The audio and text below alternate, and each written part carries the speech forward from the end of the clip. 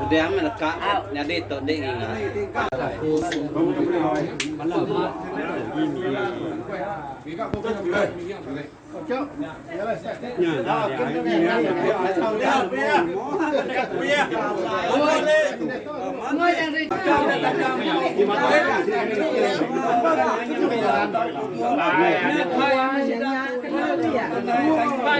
Không bay cả hệ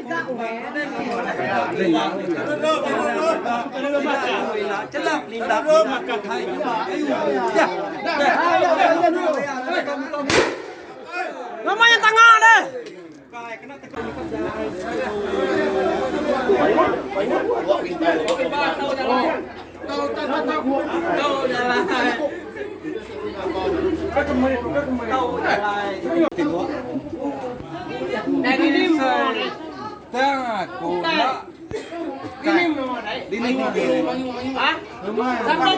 Sampai bos. Anjir.